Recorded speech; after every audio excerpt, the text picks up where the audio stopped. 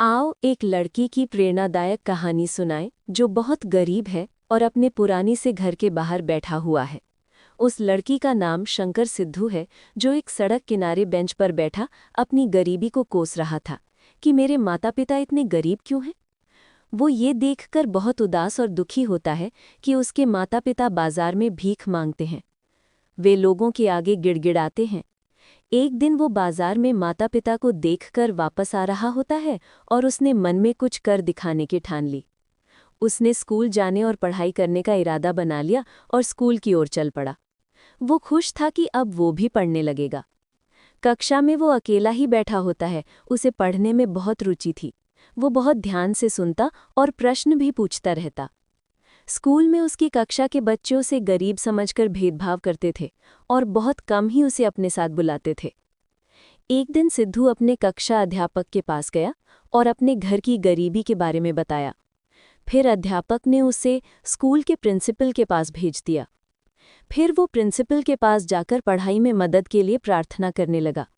Principal ने उसकी मेहनत और लगन देखकर उसकी सारी फीस माफ कर दी और किताबें भी मुफ्त देने का वादा किया। सिद्धू बड़ी मेहनत से दिन रात पढ़ने लगा क्योंकि पढ़ाई में ही उसे अपना सुनहरा भविष्य दिखाई दे रहा था, जो उसे और उसके माता पिता को गरीबी से बाहर निकाल सकता था। वो कक्षा में बहुत होशियार निकला और तुरंत हरे बोर्ड पर सवाल हल कर देता। अब कक्षा के बच्चे भी उससे प्रभावित थे। आखिर वो अपनी कक्षा में प्रथम स्थान पर आया और कक्षा इंचार्ज टीचर ने उसे पुरस्कार देकर सम्मानित किया। अब सिद्धू ने विश्वविद्यालय में दाखिला ले लिया और शहर चला गया। उसने वहीं रहने का मन बना लिया। वो अपनी कक्षाएं लगाने के बाद पुस्तकालय में जाकर काफ़ी समय पढ़ाई करता क्योंकि उसके पास किताबें खरीदने के पैसे नहीं होते थे। आखिर उसकी कठोर मेहनत और दृढ़ संकल्प रंग लाया। सिद्धू विश्वविद्यालय से टॉप कर गया। उसे प्रिंसिपल ने ट्रॉफी देकर सम्मानित किया। इसके बाद उसने एक यूपीएससी कोचिंग सेंटर ज्वाइन कर लिया, जहां लगभग उसने 1 साल कोचिंग प्राप्त की। कोचिंग का खर्चा विश्वविद्यालय की दी हुई स्कॉलरशिप ने पूरा किया।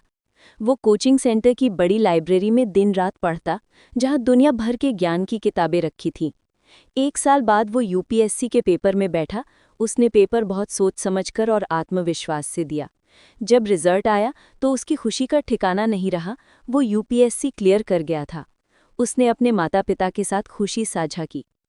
कुछ महीनों की ट्रेनिंग के बाद सिद्धू कलेक्टर बन गया और लाल बत्ती वाली गाड़ी में गार्डों के साथ अपने दफ्तर ज्वाइन करने पहुंचा। आज वो अपने बड़े आलीशान एसी वाले दफ्तर में बैठा, खुश है कि उसकी मेहनत और माता पिता के आशीर्वाद ने उसे यहाँ तक पहुँचा दिया।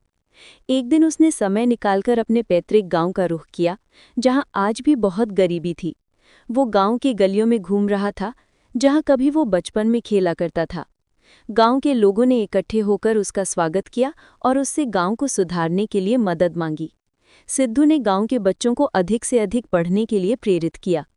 कुछ दिन बाद विश्वविद्यालय के प्रिंसिपल ने भरे हॉल में कॉन्वोकेशन में कलेक्टर बन चुके अपने विश्वविद्यालय के छात्र का सम्मान किया। आखिर कलेक्टर शंकर सिद्धू ने कॉन्वोकेशन को संबोधित किया और अपनी अत्यधिक गरीबी से कलेक्टर बनने की कठिन और प्रेरणादायक यात्रा के बारे में बताया।